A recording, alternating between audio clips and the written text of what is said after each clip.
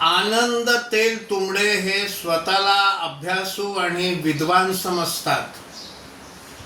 त्यांनी एका ठिकाणी भाषण करताना असं म्हटलं की गौतम बुद्धांनी जाती जातीमधील विषमता संपवण्यासाठी काहीही केलेलं नाही.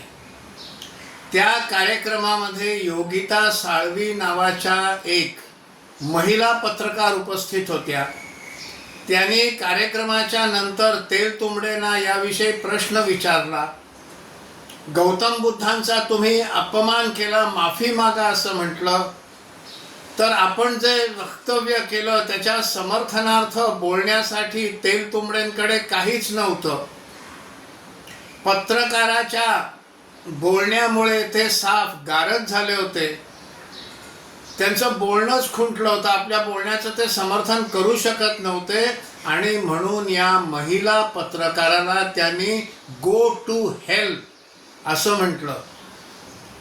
म्हणजे त्यांची गौतम बुद्धाबद्दल सुद्धा आदराची भावना नाही. महिलांशी कसं बोलायचं हे देखील त्यांना कळत नाही. खरं तर हे सगळं साम्यवादी नॅरेटिव्ह आहे. बुद्धांना हे स्वीकारणार नाहीत आणि बाबासाहेब आंबेडकरांचं नाव घेत घेत महामानव बाबासाहेब आंबेडकरांना जे जे अभिप्रेत होतं ते नाही करायचं आणि ज्याचा ते विरोध करत होते ते करायचं, अशी ही सगळी साम्यवादी विचारधारा आहे आणि त्यामुळेच हा सगळा प्रसंग घडलेला आहे.